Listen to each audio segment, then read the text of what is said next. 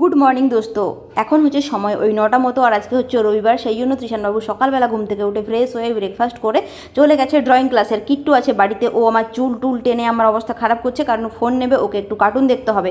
তো যাই হোক, এদিকে রান্নাঘরে এসে দেখছি মা রুটি পরোটা দুটোই বানিয়েছে ব্রেকফাস্টের জন্য। মা আমাকে বললো খেয়ে না, আমি বললাম না না, এখন আমি খাবো না, খেলেই আমার শরীর খারাপ হয়ে যাবে, মানে অ্যাসিডিটি হয়ে যাবে, মাথা যন্ত্রণা করবে, পুরো দিনটা খারাপ হয়ে যাবে।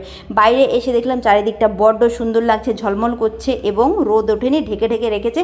রান্নাঘরে এসে দেখলাম প্রত্যেক দিনের মেনুতে যেরকম ডাল হয়, আজকেও ডাল বসে গেছে।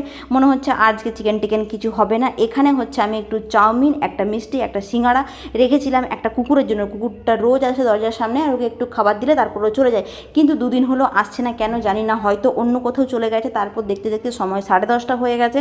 তৃষান এখানে ড্রয়িং ক্লাস থেকে এলো, ড্রয়িংটা আমাকে দেখালো, বড্ড সুন্দর এঁকেছে, হাতটা বেশ ভালোই বসছে। ওটা দেখে কিট্টুবাবু বলছে আমাকে রং কিনে দাও, আমিও ড্রয়িং করব।